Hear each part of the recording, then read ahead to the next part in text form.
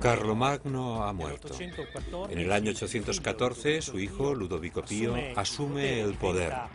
Se convierte en rey y emperador. Pero Francia y el imperio entero se ven presionados al norte por los normandos y al sur por los ejércitos musulmanes. Es una situación frágil y dramática, pero precisamente en esta época, la fuerza y determinación de Ludovico Pío y el monje Benedicto de Aniane realizan una auténtica reforma en el interior de la Iglesia y del imperio. En el año 811 se desarrolla un concilio en Aquisgrán que reúne a las fuerzas vivas de la Iglesia y del imperio. Exige a los sacerdotes esfuerzo pastoral, vida en comunidad y a los monjes una vida de oración y comunitaria para poder vivir integralmente el Evangelio. El resultado de este trabajo conjunto de Ludovico Pío y Benedicto de Aniane es una auténtica reforma, una nueva vida dentro de la Iglesia. Si a los monjes se les pide una oración más intensa, más viva, a los sacerdotes se les exige mayor acción pastoral y solidaria con el pueblo. Todo debe confluir para crear una nueva comunidad cristiana, para crear una nueva Iglesia que avance y se convierta en el corazón de Europa. Al sur, los musulmanes amenazan costas y fronteras, y al norte, en la segunda mitad del siglo IX, en medio de un clima de inseguridad política, surgen las catedrales y abadías, que serán los grandes centros culturales de la época. Y aquí, entre los muros de esta abadía, sabios y monjes comenzarán a utilizar por primera vez en sus escritos la lengua hablada.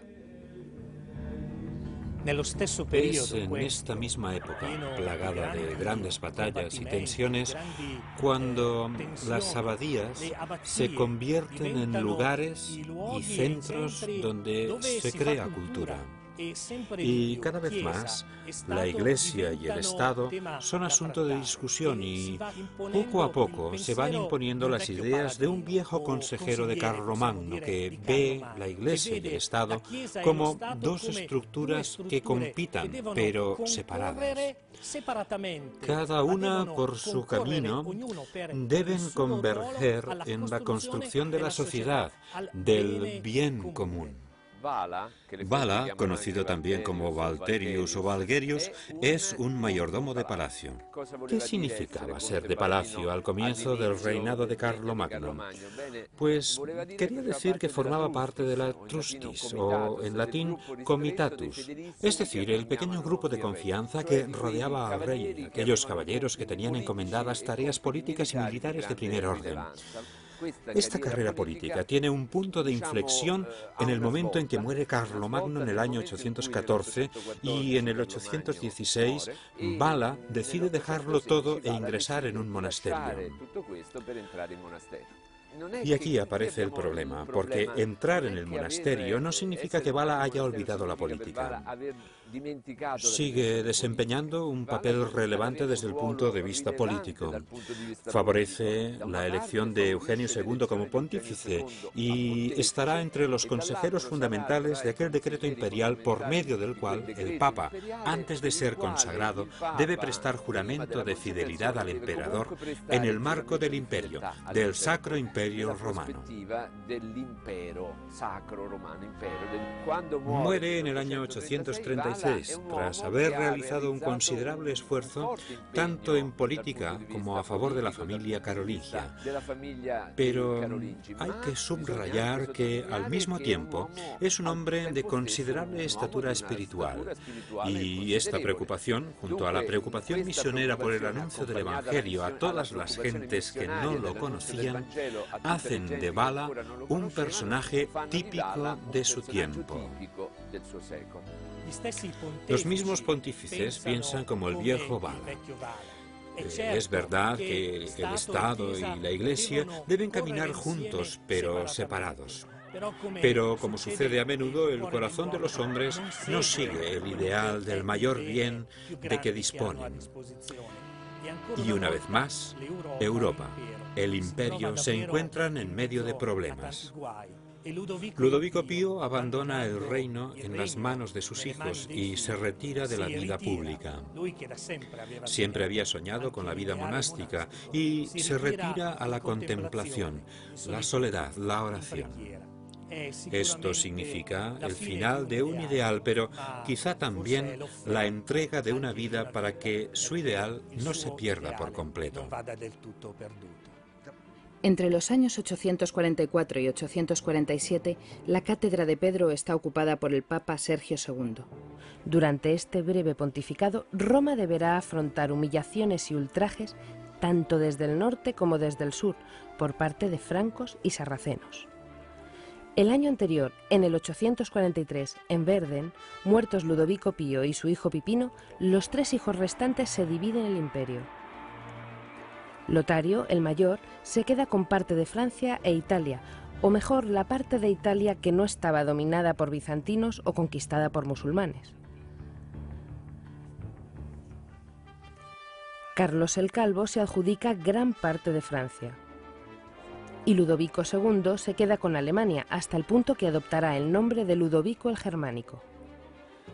Esta nueva realidad, esta Europa de las naciones de la que forma también parte el Reino de Inglaterra, debe enfrentarse con amenazas que provienen del norte y del sur. Los sarracenos están cada vez más presentes y fortalecidos en territorio italiano. Casi todo el Mediterráneo está bajo el control de las naves de la Media Luna. España está casi por completo dominada por los musulmanes. En el norte, muy al norte, los vikingos amenazan al joven reino católico de Inglaterra, hasta que su rey, Alfredo el Grande, derrota al vikingo Guttorm y lo somete. Fue una guerra larga y sangrienta. La Iglesia de Inglaterra pagó un alto precio. Conventos y monasterios fueron incendiados hasta que la victoria sobre los vikingos propició que su rey Guttorm se convirtiera al cristianismo. Pero los incendios y devastaciones no interrumpen la expansión del Evangelio y de la literatura cristiana. Es precisamente en esta época cuando se difunden en lengua anglosajona, creando así una unidad nacional y cultural. Por el norte, los vikingos intentan conquistar Inglaterra. Pero más tensa y difícil es la situación a la que se enfrentan en el sur de Europa, donde el ejército musulmán está avanzando y ganando poder.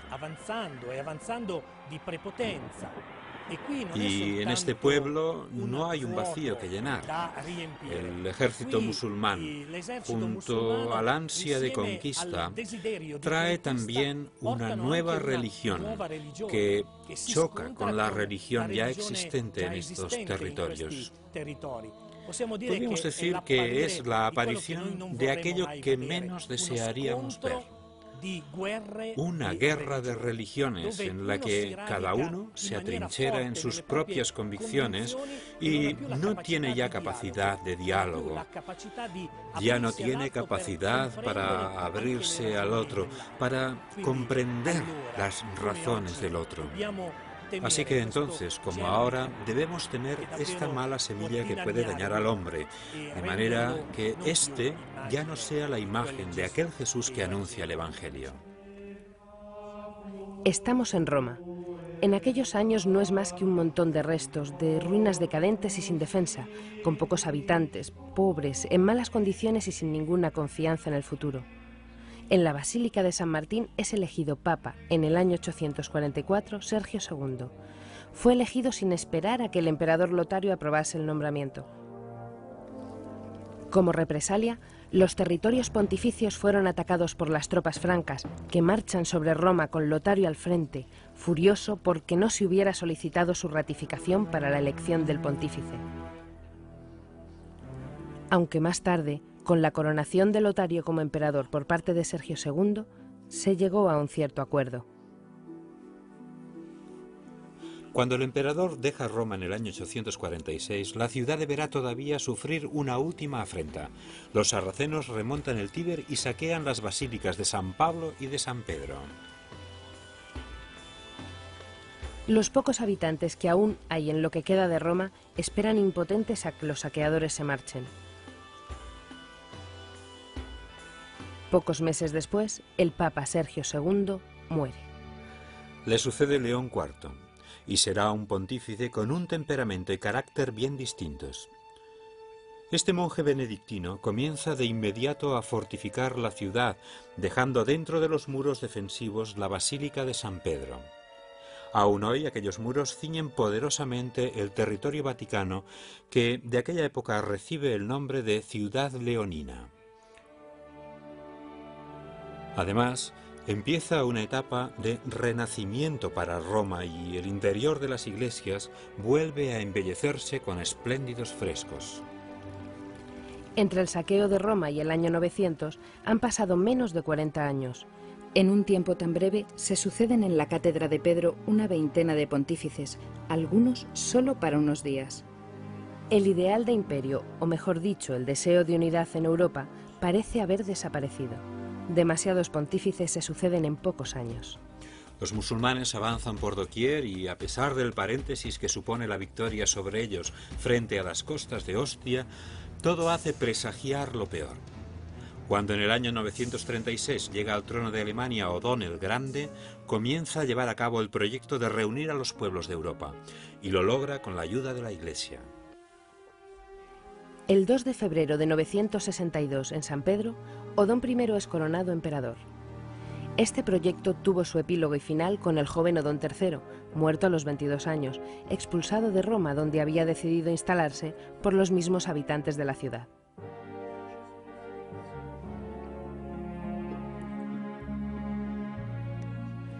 Aparecen un gran número de terratenientes armados unidos por cadenas de vasallaje y tributo entre sí.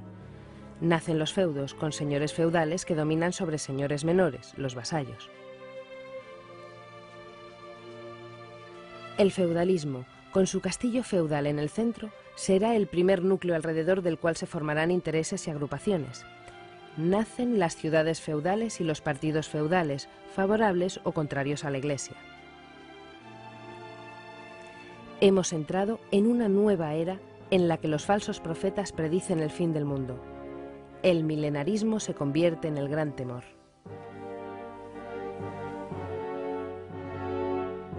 Milenarismo. En la palabra está mil años. ¿De dónde salió esta idea que normalmente fascina a mucha gente? Yo diría que de dos lugares. La primera fuente es la fe, porque sabemos, en la fe, que Jesús resucitado volverá al final de los tiempos. Será la parusía, la presencia, la aparición, la manifestación de Cristo. Y después vendrá el juicio y la resurrección total y universal de los muertos. Este es el hilo conductor de la historia de la Iglesia, que va de la resurrección y Pentecostés hasta la vuelta gloriosa de Cristo.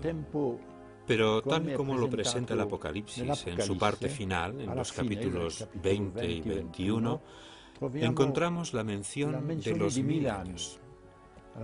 Algunos cristianos, especialmente en los primeros tiempos de la Iglesia, han interpretado literalmente este 1000 años, como si los justos, tras 1000 años de vida en la tierra, resucitaran con Cristo y vivieran en la felicidad absoluta. Pero muy pronto, la mayoría de los padres de la Iglesia, desde Orígenes hasta San Agustín, entienden que el lenguaje del Apocalipsis está lleno de imágenes y símbolos. Así que 1000 años no significan 1000 años del tiempo de la Iglesia, sino que es una manera de representar el don de la fe, de la vida cristiana que nos ha dado Cristo. Pero es una idea que no satisfizo a mucha gente y la tentación de interpretar los 1000 años como 1000 años reales una nueva era de la historia cristiana siempre ha existido. Basta recordar en la Edad Media a Joaquín de Fiore, abad benedictino del sur de Italia, originario de Calabria. Este abad hizo la reforma de una abadía y pensaba que tras el reino de Cristo en la tierra, que es nuestro tiempo de la Iglesia, venía un nuevo reino de felicidad que sería el reino del Espíritu Santo. La Iglesia reaccionó con decisión, pero el milenarismo lo encontramos aún en la actualidad en dos campos, principalmente entre las sectas. Muchas sectas anuncian el retorno de Cristo o la venida de Dios y una nueva era sobre la tierra. Creo que esto es fundamental en la concepción del milenarismo. Todo sucede sobre esta tierra. Así pues, la primera tentación que encontramos regularmente en el nacimiento de tantas sectas es que toman una fecha como el año 1000 o el año 2000 para decir que hemos llegado al umbral del nuevo milenio.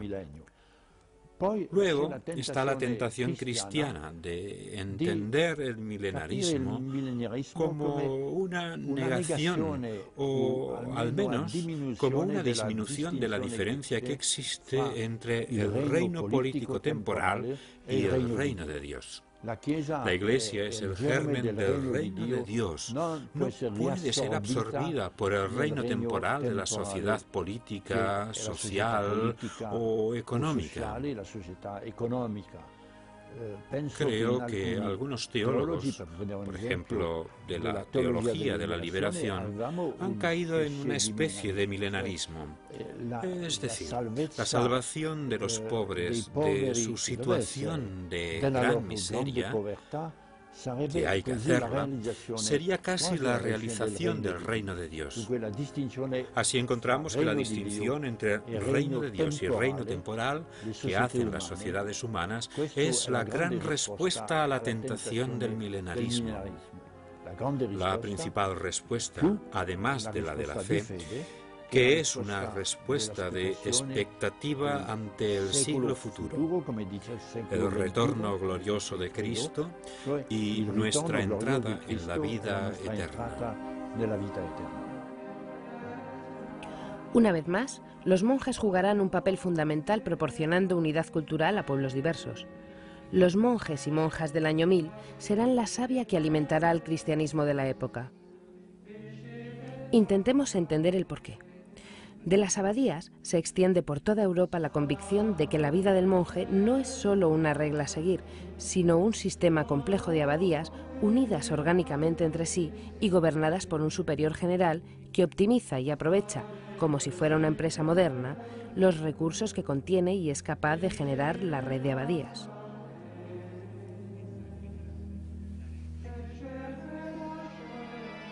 Esta es también la época de la primera gran difusión del órgano como instrumento típicamente litúrgico.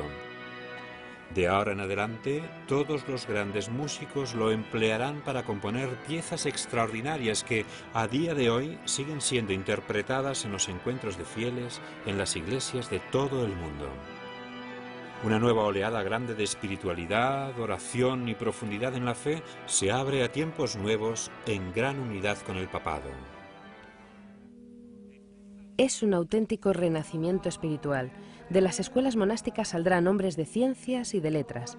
Esta será la auténtica forja de las que surgirá la Edad Moderna y que pronto suplantará y superará al Islam, el cual en aquella época había alcanzado su cenit, no solo en la expansión territorial, sino en ciencias, matemáticas, medicina, astronomía y química. En la época feudal, la red de abadías que atraviesan Europa se convierte en el lugar donde el pensamiento se refugia y encuentra. El cristianismo reencuentra la unidad y capacidad para hacer frente común en la diversidad contra cualquier amenaza externa. Los peregrinos que viajan entre abadías Auténticas columnas de solidaridad y pensamiento fuerte y organizado se convierten también en mensajeros de cultura. Una cultura cada vez más homogénea y consciente de ser portadora de un mensaje transversal y de amor por el prójimo, cualquiera que sea su historia y condición material o moral. En una época de hombres armados en permanente conflicto, los católicos siguen anunciando un reino de paz y amor, aunque sea en medio de 1000 contradicciones, como veremos más adelante. El coraje para amar y perdonar sobrevivirá incluso a aquellos que profetizaban que con el año 1000 todo habría concluido. Jesús, el único y verdadero Señor de la historia, seguirá asombrando a millones de hombres con su mensaje de paz y amor, como veremos en los siguientes capítulos.